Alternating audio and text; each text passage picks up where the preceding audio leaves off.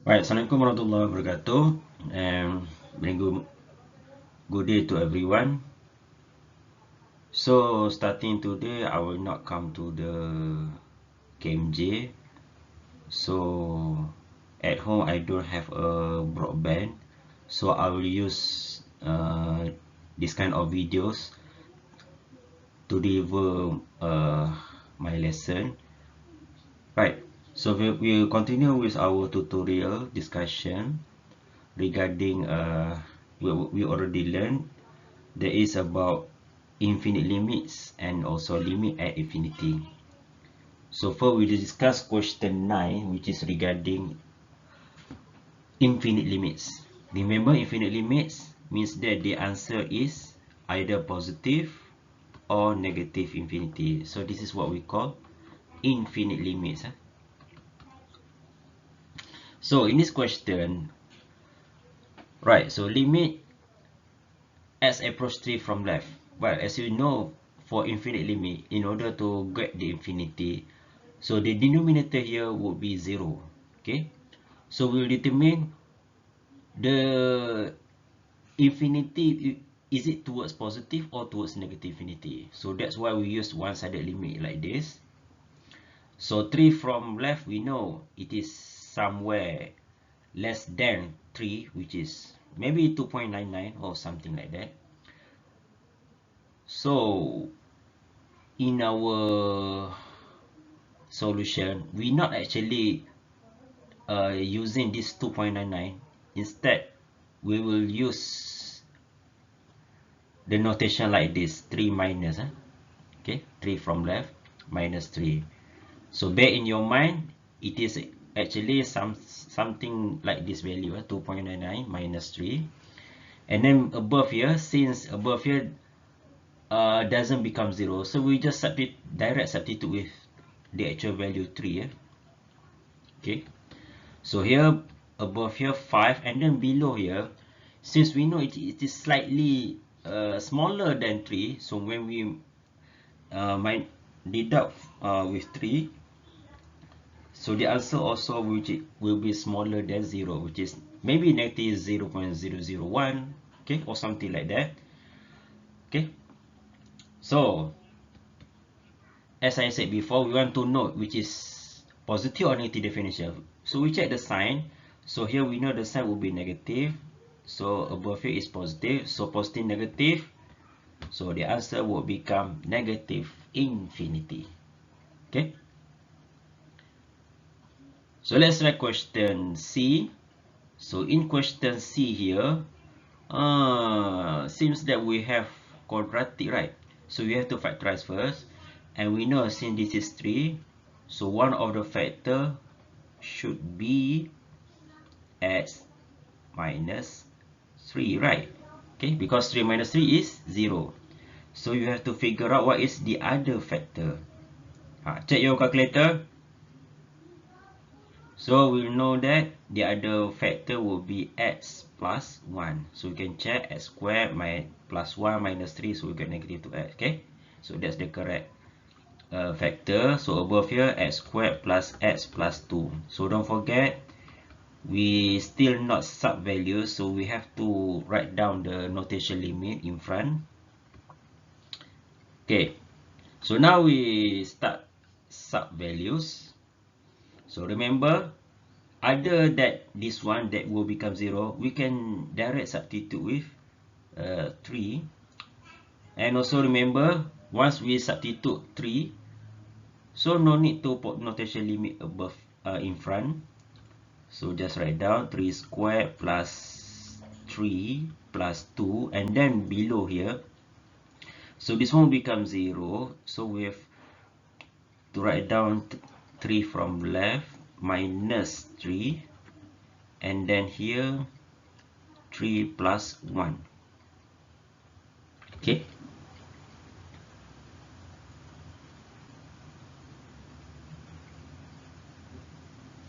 So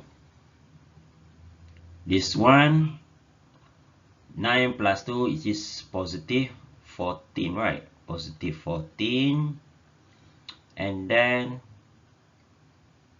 here we have 3 from left minus 3. So 3 from left minus 3. We know that, oh, not from left. Oh, the question from right. From right. So from right should be a bit larger than 3, right? Maybe 3.001.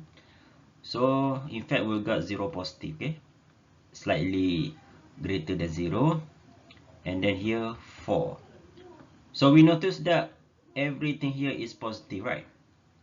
So no doubt about it, the answer would be positive infinity. Okay. So I hope this is a few example and the one that already discussed in the lecture previously. So I hope you get a better understanding. Now we move to the question 10. In question 10, so now we're dealing with limit at infinity, okay? When x approach here, so this is what we call limit at infinity. And also remember that the basic concept that we already learned in the lecture. If the above here is constant, the below here is polynomial, such as this one, 1 x minus 3. So this is polynomial, okay? We consider polynomial. So the result for this one, when x approach positive infinity, so this one will approach 0, okay? So from here, we can conclude that 2 plus 0, and the answer is 2, okay? So that's why you have to understand this basic concept. If the above is constant and the below we have polynomial, whether it's x or x squared, so the result would be 0 if x approach to infinity. Okay, so next actually we will discuss question 10b and c, but that one we will discuss later. Okay, we jump to question 11 first. So we start with question 11a. So here the question to x minus 1 over 3x plus 5. Okay, so in this kind of question where we have a rational, so we have to divide with the highest degree on the denominator, okay? Highest degree of x in denominator. So here is denominator, the highest degree is x. So means that each and every term in the rational here, we have to divide with x. So this is what we do. So each and every term divide with x. See, this is x, not u. 1 over x, and then below here 3x over x and 5 over x. Okay. Then it will become 2x over x, so cancel out x, so 2. So here minus 1 over x, and then below here we can cancel out x, so 3 plus 5 over x. Okay, and now we want to use this concept. So remember these two. If above here is constant, the below here is polynomial, so these two will become 0. Okay, so 2 minus 0 over 3 plus 0, so the answer is 2 over 3, right? Okay, now we move to the question B. So here the highest degree in the denominator, we have x squared. So we need to divide with x squared lah, because the highest degree in denominator is x squared. So write down here. So divide with x squared, and then below here also divide with x squared. Okay. And then this one we can simplify. This one simplify 1. Okay. So here we got negative 1 over x, and then below here 1 plus 1 over x squared. And we know, using the conclusion, like I showed in the previous slide, so this one eventually will become 0. So here negative 0 over 1 plus 0. Right. So now notice that the above here is 0.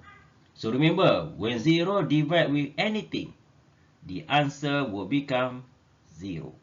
No doubt about it. Okay. So next we move to question C. The above here we have x. The below here is, it's not x squared, the square root of x squared. So what's the highest degree? The highest degree is not x squared, but actually the surd of x squared. So when we resolve this surd, the square root, so it will become plus minus x. So which one will you use? Positive or negative x?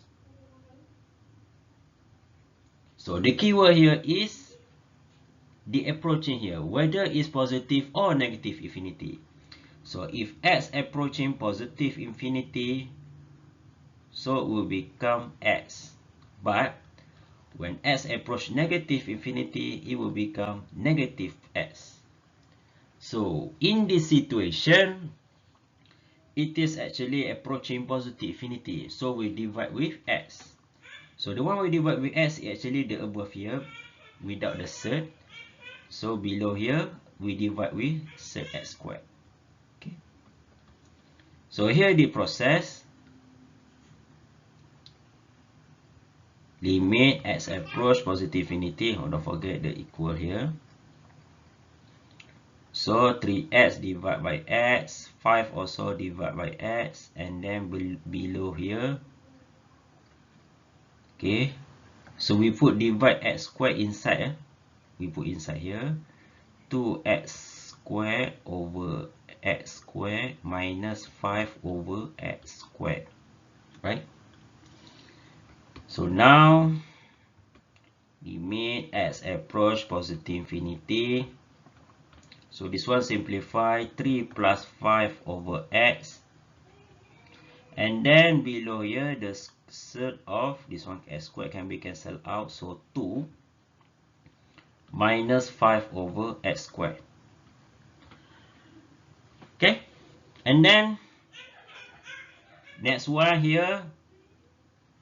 So remember, as I said before, anything if the above is constant and the below here is a polynomial, so we will get 0, right? Okay, so this one will become 0. So it will eventually will become like this. So 3 plus 0 over surd 2 minus 0. So we will get 3 over surd 2. Okay. So 3 over surd 2. Actually, you can give your answer like this, but if you want to rationalize, we just multiply with the conjugate, that is surd 2. So it will become 3 surd 2 over 2. Okay.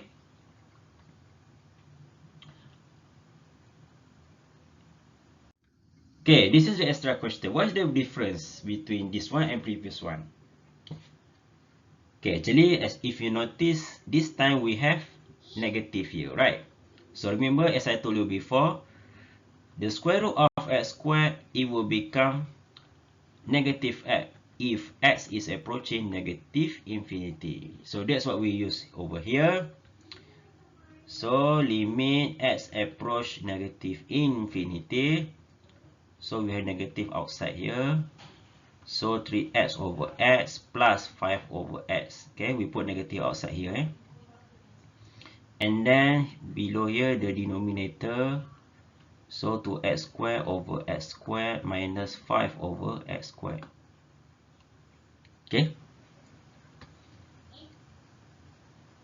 If you don't want to confuse, actually we can replace the negative, put the below here. Also can, okay. So limit x approach negative infinity. So here 3 plus 5 over x, and then below here I bring negative outside the set below. Okay, so no need to expand the negative above. So here 2, okay, cancel out this one. So 2 minus 5 over x squared, right? And then later we know this one over s squared, so eventually this one will become 0. So 3 plus 0 over negative outside cert here, so 2 minus 0. So we will get negative 3 over cert 2, okay? We bring negative outside, so negative 3 over cert 2. And as I said in the previous example, if you don't want denominator have a cert, so we can multiply with the conjugate. Now it will become negative 3 cert 2 over 2. Okay? And after that, then we jump back to the question 10b. So let's see how would you solve this one. So here is a negative infinity.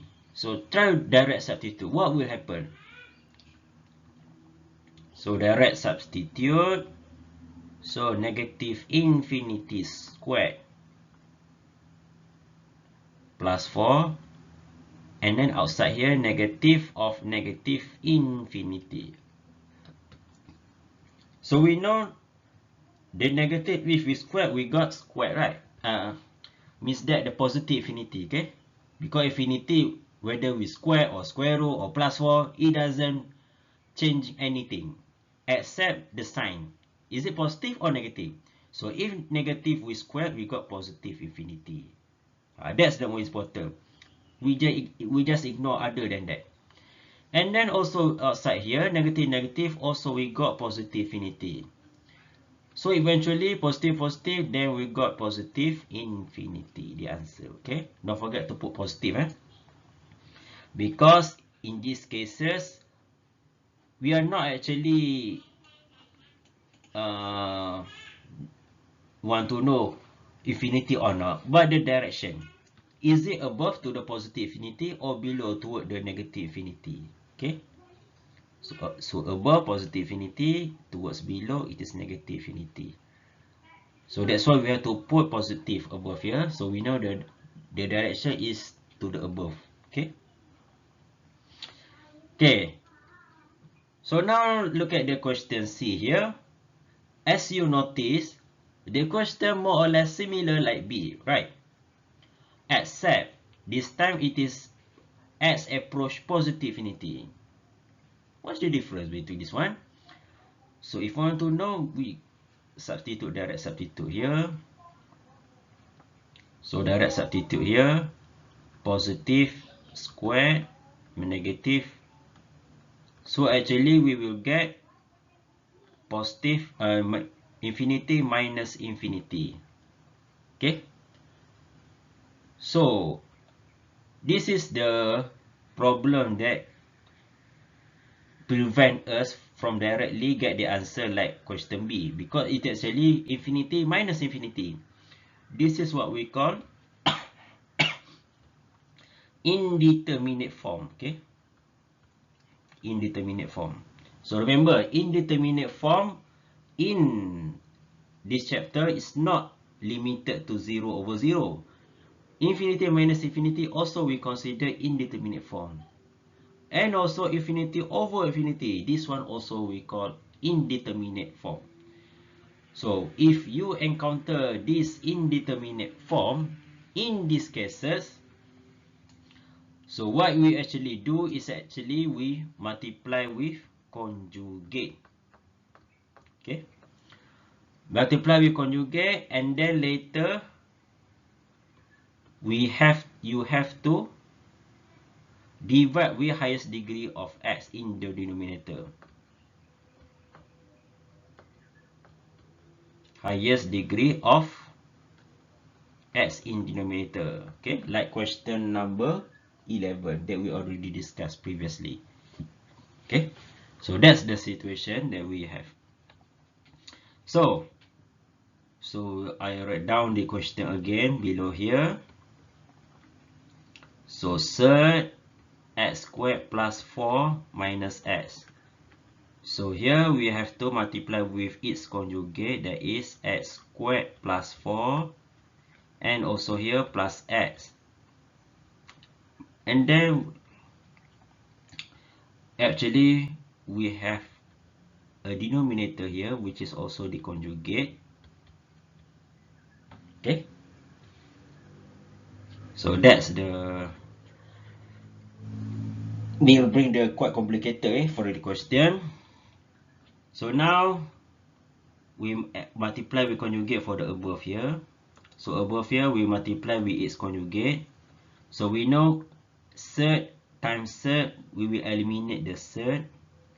So we got x squared plus 4, and then negative positive negative, x times x, so we got x squared above here. And then below here we have third x squared plus 4 and then minus x. So above here we can cancel out x, and then we got as approach positive infinity, so 4 over third x squared plus 4 minus x. Okay, right, so in these cases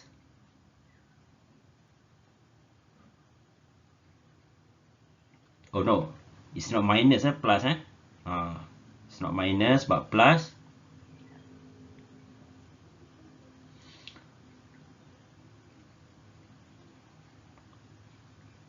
So this one actually you can use the conclusion from question B, right? If you notice, okay, you can use the conclusion for question B. So we know that it will become 4 over infinity. Okay, so eventually this time we got 0, okay, because if the infinity is in the denominator,